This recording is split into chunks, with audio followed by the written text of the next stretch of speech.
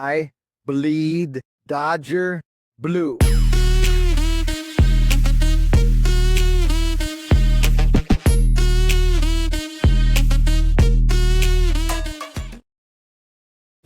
What's up, everybody? Welcome back to Bleed Blue. My name is Jeff Spiegel, joined today by old friend, prospect extraordinaire, Bruce Kuntz. Bruce, we're here to talk prospects, but first, thanks for coming on the channel. Thanks for coming on the show. How is life treating you at the first month-ish of the baseball season? Hey, it's going good. There's been a lot of good prospect things to follow. There's been a lot of good Dodger things to follow, so I've been enjoying it. It's good to be back on here with you, and it's good to see you again. Yeah. Well, today we're going to do kind of a deep dive. And instead of doing the traditional, like, who are your top 10 prospects, we're going to shift it a little bit and have a conversation about tiers. I know oftentimes you and I have talked, and it's like who the number one prospect is can be this sort of granular debate about, well, do I like this guy or this guy? When in reality, it's sort of like there's actually 4 guys in this tier, and however you want to rank them, knock yourself out. So we'll do that. We'll talk biggest risers, biggest fallers. We'll talk maybe a name or two that you love that's a little bit off the beaten path as well. And I think it's a good check-in if people haven't already. Bruce does his preseason rankings over at DodgersDigest.com, and they are awesome. Incredible deep dive, incredible amount of work that goes into that. And yet, as we sit here like a month later, I know that there's some changes to that thing. So that list won't be totally accurate to what you share today, but it's a good reference point for how things may have changed, both in spring training, but also in the first month-ish of this season. So let's just talk big picture, Bruce. I know when it comes to the Dodgers farm system,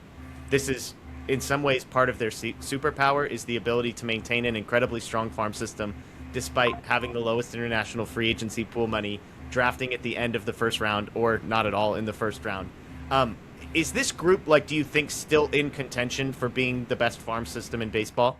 Yeah, I think it definitely is, and that all circles back to the hitting talent that they have right now. There is so much offensive talent in the system from really top to bottom. You can go to any of the minor league affiliates and you'll find guys that have a chance to be top 100 prospect at some point.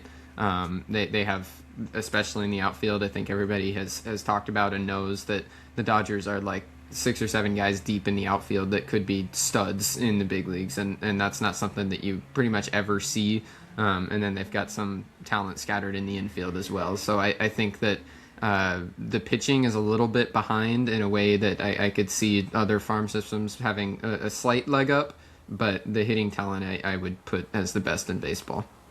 Which, if people haven't been following super closely with the Dodgers farm system, that is new, because over the past 5 years, if we were having conversations about the Dodgers farm system, it's like, where are all the hitting prospects? And it's just all pitchers. It's the River Ryans, who's still in this group, the Justin Robleskis, the Emmett Sheehan's of the world, the Kyle Hurts of the world, a bunch of guys that we now see making an impact at the major league level. So it is fairly unique, not in Dodgers history. Obviously, they've won tons of Rookie of the Years in the position player side.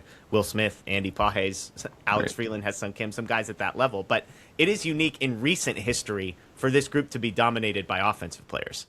Yeah, and it's something that's come over just the last few seasons, because a lot of these guys that are the best in this offensive group are fairly young still, like guys that are teenagers. The Josue De Paula, Zyhir Hopes, and Mike Sirota's really had a great year so far, and these are all guys that either signed when they were like 17 and have only been in the system 3 years, or just entered the system a couple years ago via trade. So the Dodgers have done a great job replenishing that side. I just mentioned Hope and Serota both came in via trade, and those are the kind of prospects that are needle movers for building a farm system when the Dodgers didn't have to give up anything super significant or go be sellers at a trade deadline or something like that, and yet they wound up with 2 guys that are helping fuel this resurgence of hitting talent.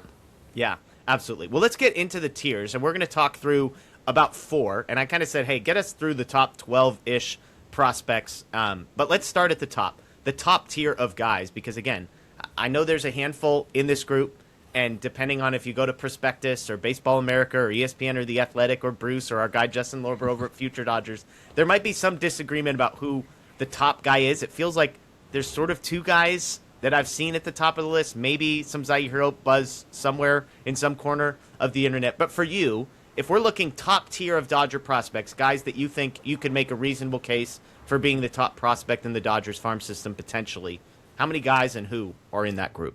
I think that very upper echelon right now, to me, Josue De Paula has separated himself as the easy number one in the system. Okay. But if I look at the way that I do my list is ordered in terms of future value. So I've got four guys that are at least 55 future value, and De Paula is a 60. So that would be De Paula, it would be Zyhir Hope, it would be Eduardo Quintero, and it would be River Ryan. Quintero and Ryan have both had a little bit slower starts to the season. And so that's looking at my preseason list. If I were to re-rank it right now, I think Mike Sirota moves into that group. He's been so good in high A and has looked like that he hasn't skipped a beat at all. So if I'm doing it from today, that top echelon would be those five guys. Okay. And let's just do briefly, if somebody is maybe brand new to the Dodgers farm system, we don't need a deep dive, but Josue De Paula is a massive corner outfield type that, in theory, the comp that everyone dreams on is like a Yordan Alvarez type, where you're not necessarily getting plus defense, but he can maybe survive in the corner of the outfield, but it's hit tool and power is what you're looking at with De Paula, right? Yeah, that's the comp that has been extremely unfairly thrown around, but it's the light version of Yordan Alvarez that you're hoping for. He's just an unbelievable hitter. He is 20 years old in Double A this year, and it's that jump from High A to Double A that makes a lot of guys trip up, and you start to see the weaknesses really exposed. De Paula has hit the ground running, no issue at all. He's actually hitting for more power. He's also a great base stealer, which is something that you wouldn't know from the surface. He's not particularly fleet of foot. That goes into part of the outfield weakness, but he's stolen a lot of bases so far in Double A, and it's bat to ball, it's power that is continuing to come in and fill out a big frame. So he has an unbelievable offensive ceiling. And that's a very different profile from the other outfielders that are on this list, because if we go to Quintero and Serota next, both of these guys, you can correct me if I'm wrong, some people believe they both could play center field at the major league level. And they're not necessarily huge power guys as much as they are sort of well-rounded baseball players. I don't know if Zyhir Hope would fall into that same category, but talk to me about how the differences between Hope, Quintero, and Serota. Yeah, you can kind of go from De Paula being for sure corner outfield. He might not even be able to play corner outfield and have to play first base eventually. That's what we're talking about. Then for Zyhir Hope, there is like a smidge of hope that he could remain in center field. Most likely will shift to a corner, but if he goes to right field, he's got a cannon. He'll be completely fine there, if not above average. And then for Quintero and Sirota, like you said, there's hope that they could stick in center field even in the big leagues. Quintero is the best defender of the two, but Sirota can be an above average glove out there too. Quintero definitely has more of the mold of average or better tools across the board, and then really good speed and defense to elevate the profile to a really good regular. For Sirota, he's hitting. So I don't want to limit his ceiling necessarily at all, because the thing last year, he played just shy of 60 games for a knee injury, took him out. And the one real concern, as he was completely mashing, was the potential for some in-zone whiff and fastballs at the top of the zone. There wasn't a fully convincing body of work that he was going to be able to catch up to those high heaters. This year, he's looking a lot better. The whiff rate has gone down. He's making contact. He looks like he is way too good for the high A level. So that's another one that you have to make sure that it translates to Double A. That big gap that I was just talking about is usually it's the guys that whiff a lot that can start to be exposed. But I think Serota is going to get to Double A this year if he keeps the foot on the gas and keeps the whiffs limited.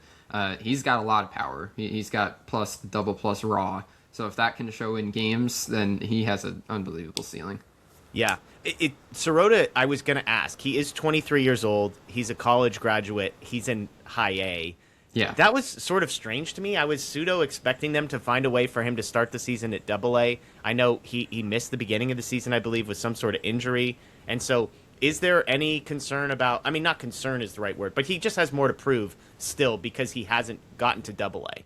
Yeah, I think the vast majority of it is just his limited year last year. Last season was his first professional experience, and you can be a college graduate and everything, but you still need that seasoning. And Sirota got hurt pretty early into his high A stint. I think he had only played something in the range of like 30, 40 games with the Great Lakes Loons before he went down with that knee injury. And I think the Dodgers, it's just following their MO of being careful, go Yeah. do what he's doing right now, because it's not like that it's hurting him to be in high A and completely mash. And now he's proven, that it wasn't just a 1 year flash in the pan thing. And he'll move up to Double A at some point here and hopefully translate it there too. Yeah, and Quintero, real quick, 2 notes on him. One is there are prospect lists out there that have Quintero as the best guy in the system. Now, maybe what De Paula has done the first month of the season at Double A would change some minds, but it's worth pointing out that, like, if there is another guy, I haven't seen a ton of lists where anybody else is the number 1 prospect in the system. Again, maybe I think there are lots of places that have Hope ahead of Quintero, but all of those lists have De Paula number 1, so it's sort of interesting. But the second thing on Quintero, which you can probably speak more to this, I just love this guy was a catcher, and they're like, hey, what if we try playing center field? And now people are like, oh, it's like a plus glove in center field from a guy who was a catcher. That's not the traditional. I know like Dalton Varsho is a guy who's kind of done the catcher to being really good in the outfield, but that's pretty bizarre. Yeah, it's unusual. I think that it is. It's not as crazy as like a Dalton Varsho story, because he was a catcher almost all the way to the big leagues, and then all of a sudden moved out there and was a Gold Glove caliber defender. It's not totally uncommon for the teenagers that, pretty much everybody that signs is either a shortstop or a catcher, and then some guys are center fielders no matter what, and then you find where to put the athletes on the diamond. So the Dodgers made a good choice with Quintero, and the outlets that have had him first, I think, are really leaning into that defense. He's a plus glove, plus runner, plus arm in center field, and that's the kind of profile that if he hits at all is a wins above replacement machine. He has had a slow start to the year in high A. He hasn't gotten it going at all yet. Obviously you don't want to overreact to a small sample. He's still young for the level, all those things, but he hasn't exactly hit the ground running. So he's going to have, I think, a pretty long runway in high A this year to try and figure it out. There always also is an asterisk next to the early season stuff in the Midwest League.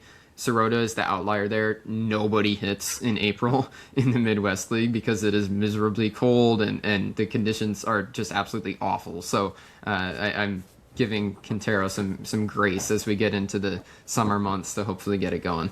Yeah. We're going to skip over River Ryan just because I think most people kind of know the deal, and we all expect that he's not going to be on this list for very much longer as soon as he is back. So let's move on to kind of prospect tiers 2 through 4.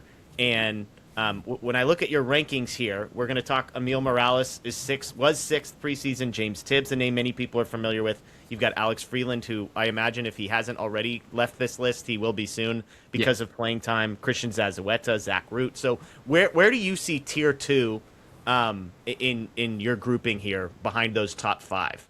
Yeah, tier 2 would kind of fall in the ML Morales, James Tibbs, and Alex Freeland isn't on here anymore, but looking at the preseason list, that would kind of be where that second tier rounds off. Zazueta is close to it too, just because he's had a great start to the year. But I think really for Morales, he is the guy that stands out as the next best that isn't quite up to the contention for the top 3 yet. But he's had a really good start to the year in single A. When we talk about ceiling in the system, that's something the Dodgers are always prioritizing to develop. The Dodgers don't want to really develop high floor guys because the big league roster is always so good. They have so much money to spend that the high floor archetype a lot of times won't be able to make the roster or get any playing time. So the Dodgers are always looking to develop ceiling, and Emil Morales is the prototype boom or bust. The ceiling is all there, and you hope that you can get it because his peak is a 30 home run shortstop. And there aren't very many guys around minor league baseball that have that as an actual possibility in a large variance, but that is a possibility for his future. He's the guy that, like, when I just am reading and paying attention to other stuff, it feels like he's the sexy name in the Dodgers system, where it's like, okay, we're kind of, De Paula, Quintero, all those guys, sure. But, like, man, have you seen Emil Morales? Like, this 19-year-old kid, like, he feels like the guy that I start to see in pictures on national prospect lists and sort of like risers kind of a thing. So he's been, I feel like it's been a little bit of a roller coaster. Like a couple years ago, he was this big name, and then maybe there was a little bit of dip, a little bit of cooling off, but it feels like it's picked back up, which to your point, he's not an outfielder. He has that going for him in the Dodgers Right. farm system. He plays a position other than left field, right field, or center field, which will help him moving forward. The other guy here is Tibbs, who I think most Dodgers fans have become acquainted with, both because he was awesome in the spring, and he's currently slashing 300, 400, 650 down in AAA with 11 home runs in 140 at bats. What separates Tibbs from the Tier 1 outfield guys? Not quite as much ceiling. So Okay. James Tibbs, I think, has a better chance to be the regular or strong side platoon sort of profile. I don't see like all-star games potentially in his future, like when we talk about the De Paulas and Hopes that have super high ceilings if everything clicks. Tibbs is the prototype like college bat that already came into pro ball fairly ready, and has moved through the minor leagues pretty fast, has made the adjustments he's needed to make, and now is in AAA pretty much big league ready or close to it.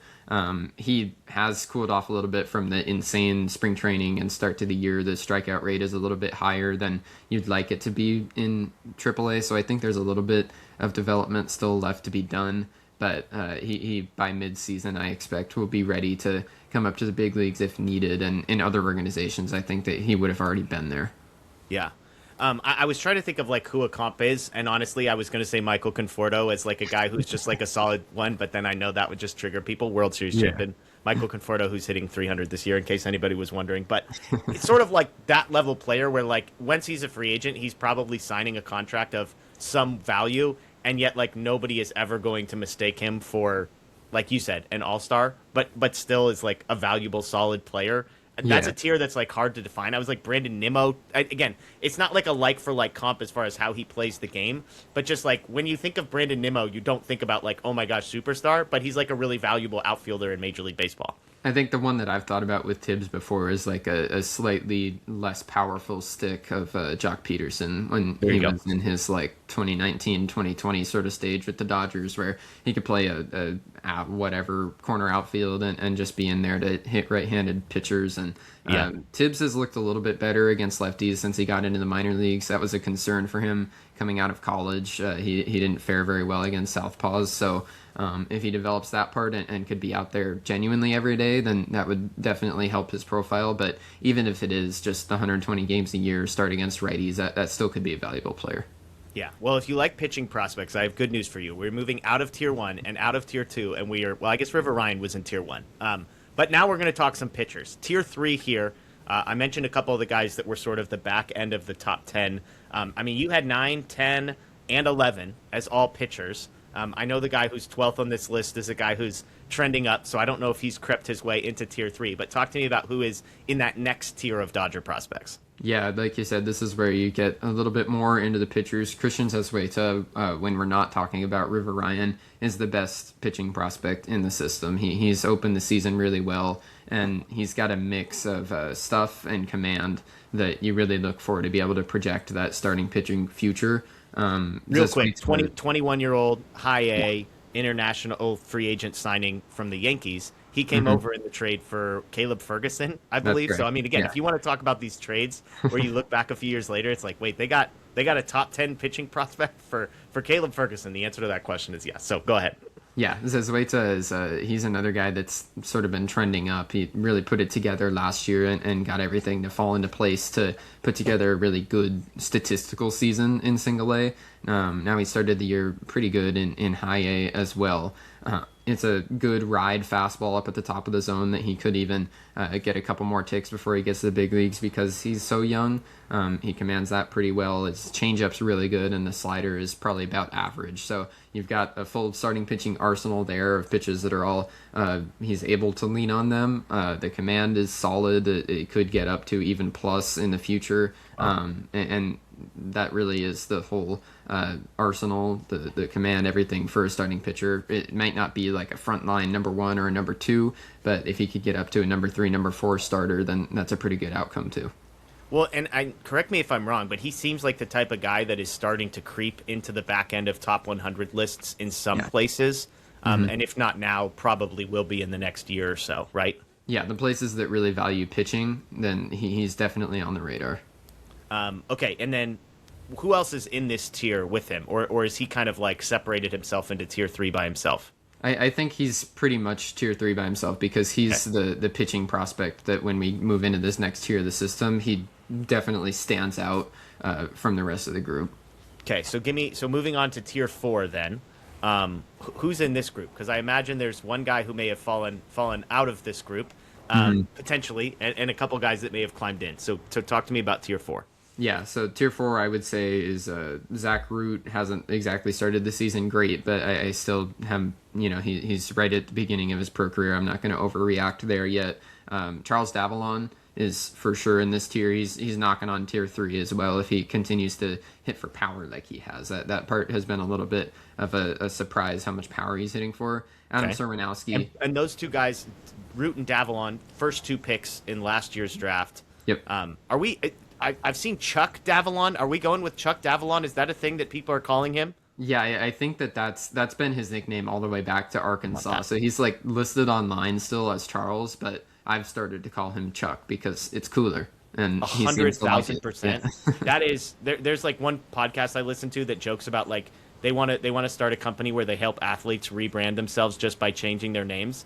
And Chuck Davallon is like a 12 out of 10 name. So I love Chuck Davallon, the player, by the way, as just a side note. Like when he got drafted, all the scouting reports, I was like, I already know I'm in on this guy just based on vibes. Chuck Davallon is like to the next level. So I honestly, Bruce, think he should be in tier 3 simply because his name is Chuck Davallon.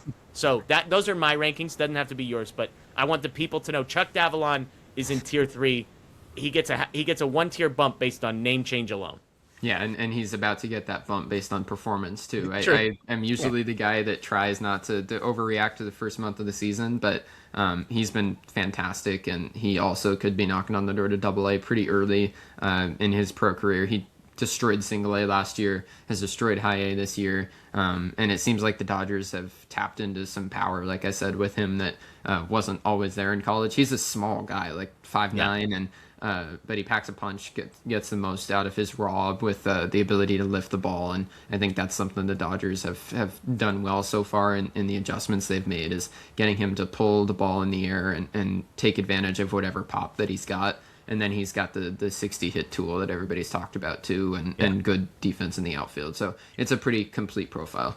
Well, and I was going to say, that was one of the big things when they drafted him, is I believe he was a second baseman in college, but the Dodgers drafted him and listed him as like a center fielder. Well, he mostly right? played left field in college, but he has some experience in the infield too. So that was where, like, obviously if he develops into the everyday kind of profile, then he'll probably just pick a spot and have it. But the fallback was he could be a super utility guy in the infield and the outfield if that winds up being his way to the Dodgers. Love it. Okay, so we've got Root, we've got Davallon. Adam Serwanowski was the next guy you were talking about. Serwanowski's next. Yeah, he's another one of these starters in the system that came over in an absolute fleecing of a trade, by the way. Yep, another guy that came over in a margins trade. That's where they thrive. But he's another one of these guys that fits the usual prototype for Dodger pitching prospects a little bit better than like when we were talking about Zesweta. Serwanowski's the guy that is an inconsistent strike thrower, still is trying to bring along that third pitch to stay as a starter, but the good thing with him is, like, if he does stay as a starter and it's a number 4 or maybe even number 3 starter, the ceiling's a little bit higher. I think the production could be really good if he does get a changeup or a splitter, and then if he does throw strikes. But his fastball slider combo are so good that worst case scenario, if he has to move to relief, then I think that Serwanowski is a big league pitcher no matter what. It's just a matter of where, and he could be a really, really good reliever if that winds up being the route they have to take. Okay, anybody else in this final 4th tier? Yeah, the guy that is creeping up, big riser so far this season, who I still am a little bit dubious in the future projection, just in terms of what role he'll be in, is Patrick Copen. He has a sub-1 ERA so far this year in Tulsa, and just continues to pitch really, really well. Over these last 2 years in the minor leagues, he has just been really good. And the only reason that he wasn't higher on my preseason list, and that I'm even a little bit dubious to move him up into this sort of tier now, is I just still think that he's a reliever. He's got 3 pitches and a fastball, a cutter, and a slider, but his command just isn't sharp, and even as he's had really good results these last couple of years, it hasn't been because he's pounding the strike zone. He just isn't getting hit because his stuff is that filthy. The fastball is a 60, maybe even 65. Wow. His cutter's good, his slider's good, his stuff is crazy. I just don't think the strike throwing is going to be good enough to stay as a starter, but that is the exact mold that you're talking about back end reliever, and that's what I think Patrick Copen's going to wind up being, is a high leverage late innings guy that you can turn to and really feel good about it. Yeah, and if you don't know his story, Copen is how you spell the last name. Google it. It's absolutely incredible that he's like alive, that he's playing baseball, and that he actually came back and is better. Is all remarkable stuff. So you have him just outside of that tier 4. Is he kind of the hardest decision?